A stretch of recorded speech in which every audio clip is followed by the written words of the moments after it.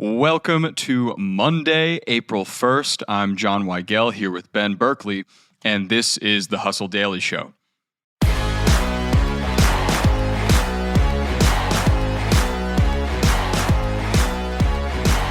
The baseball season is freshly underway, and teams are spending money this year like none other.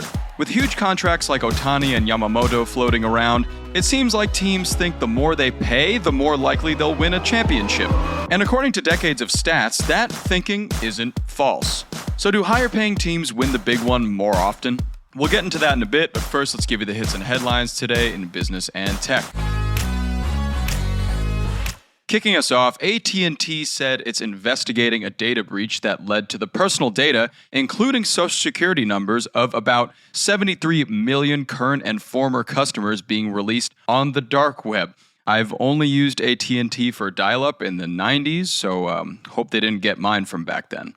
Next, it's the end of the road for Google Podcasts. The app, which has been downloaded about 500 million times, will be discontinued tomorrow, April 2nd, after being used by only 4% of U.S. podcast listeners. So looks like Google's taking a step back in the podcast game, but they seem to be more interested in developing their AI anyways. Speaking of AI, OpenAI's latest tool, Voice Engine, which needs only a 15-second recording of a person speaking to clone their voice, is kind of here. The company is thankfully pumping the brakes on a wide release to work through the tech's obvious safety concerns, which there are many. Over to the stock market, S&P 500 had its best Q1 in 5 years, up about 10.2% on the strength of, you guessed it, the AI bonanza. Amazon, Alphabet, Microsoft, Meta, and Nvidia did most of the heavy lifting on those gains. And finally, Kid Rock, late to the party as ever, criticized Ticketmaster for its monopolistic behavior, describing its model as, quote, highway robbery. This comes only just 30 years after Pearl Jam filed a complaint about the company's anti-competitive behavior, and that's actually how Coachella started. Little fun fact for you there on a Monday. Our main story today is a window into the economics of baseball, America's greatest pastime and a place where capitalism reigns supreme. On that subject, the winningest teams in baseball all seem to have something in common: a high payroll. Ben, can you tell us a little more about if money is equated to winning in baseball? Oh, for sure. Let's start with the story of the offseason, which was really the rich getting richer. Obviously, we're in this moment where we are just mere games into the season. Everyone generally has some hope that their team can make some noise this year. Many fan bases will then be really disengaged by the end of April. That's how it always goes, because you see your team's not going anywhere. But it's really hard already to feel good if you're a fan of a smaller market team. Let's look at the Los Angeles Dodgers, for instance, who outspent everyone this offseason. They committed $1.1 billion to their class of free agents. Most of that is to the star of all stars, Shohei Ohtani, who got a $700 million deal, which he's actually deferring 97% of it. So I guess they're not paying that much for him right now, but boy, are they going to. Also, they signed Ohtani's fellow Japanese star, Yoshinobu Yamamoto, who hadn't thrown a pitch in Major League Baseball up until this week. He is making $325 million. Okay. Yeah. Meanwhile, the New York Yankees added a star in Juan Soto, who is going to get paid absurd amounts of money. He turned down like a $440 million contract extension 2 years ago. So imagine how much he's going to make now. Wow. So yeah, there's just so much spending going on, and it is going to almost certainly make a difference in who comes out on top. Okay. Because we have 3 decades of history showing us it matters. Yeah.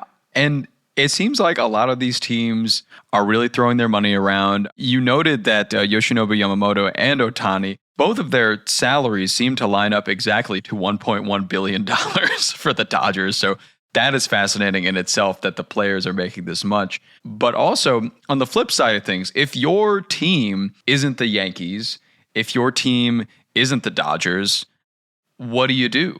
What hope do you have, I guess? you feel really bad. We'll set the stage and I'll give them some hope because the stage first feels really not good. So a couple of stats from Baseball America. In the last 29 years, 26 of the World Series winning teams ranked in the top half of opening day payroll. So if you're looking to who's going to win this year, statistically, I'd take the bet that it's going to be someone in the top half of that list. Even when 3 champions didn't start the season there, they ended up there. 2 of the 3 teams that weren't on that list made trades in the middle of the season that put them into the upper half. Wow. So really only one team, which is the Marlins in 2003, have won a World Series ranking in the bottom 10 in payroll. So it's a steep climb if you're not going to spend. However, it's also not a guarantee that you're going to win. I think, look at last season, the 3 highest spending teams, which were the Mets, the Yankees, and the Padres, they all missed the playoffs. Yeah. So you just never know, but you have a pretty good idea already where the winner's coming from. Right. And if you don't mind me asking, what team do you root for year over year? The Arizona Diamondbacks. Yeah, I was going to say. Who they are, I believe, currently in the top half, which is not normal for them, but that's coming off a surprise World Series run. So, if there's ever a time to invest, it is right then. So I guess I can still have some hope, but probably still not a lot because they're just so deeply outspent by a number of teams. Yeah, but for teams like the Oakland A's or other teams around that area of the bottom 10, not looking so bright right now, I'm assuming. Yeah, I mean, let's just run an exercise with the A's who are at the very bottom of the list here. If you took their entire 25-man roster and merged them into one person with 25 Major League Baseball salaries, that person still wouldn't even make the top 10 list of the league's highest paid players. That's how little they are paying their team. It's really an ugly scene in Oakland because the team's moving out and fans are understandably furious. They're kind of just throwing in the towel until 2028 when they are supposed to start play in Vegas. Right. But yeah, I mean, I think that you look at a team like this gap where essentially, the Dodgers are outspending the A's 9 times over. Yeah. And kind of brings up these calls for potentially a salary cap in the league, which, the NBA has one, the NFL has one, the NHL has one. Mm-hmm. Major League Baseball does not. Yeah. And so that's something that I'm sure you'll continue to hear a lot more calls for that. That said, it doesn't necessarily equate to a level playing field. Major League Baseball has actually had more different champions since 2000 than any other league. They've had 16 different teams win in that time. The NBA's had 11 teams win in that time. Mm-hmm. So, I think that there's also every Major League Baseball team has made a playoff appearance in the last 10 seasons. That can't be said for the NFL. Sure. So salary caps is not going to fix everything. Right. It definitely won't, but it will be interesting to see if that actually happens, given that there are so many players that are well over millions and millions of dollars in the MLB. And of course, one would think, right, it's, an easy 2 + 2 equation. If you want to be the best team in the league, if you want to win the World Series, you have to pay the best players to be on your team. And so that's a 1-to-1 easy equation, but a lot of teams just can't afford incredible or said to be incredible players like this. And it kind of makes me more than ever want a nice upset this year. Right? You never know, especially where my team came out of nowhere last year with just a bunch of young guys who put a magical run together. And that can happen for another team that's not spending, way out of pocket.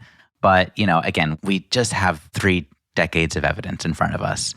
If you want to win, you probably have to spend a whole lot to put a winning product on the field.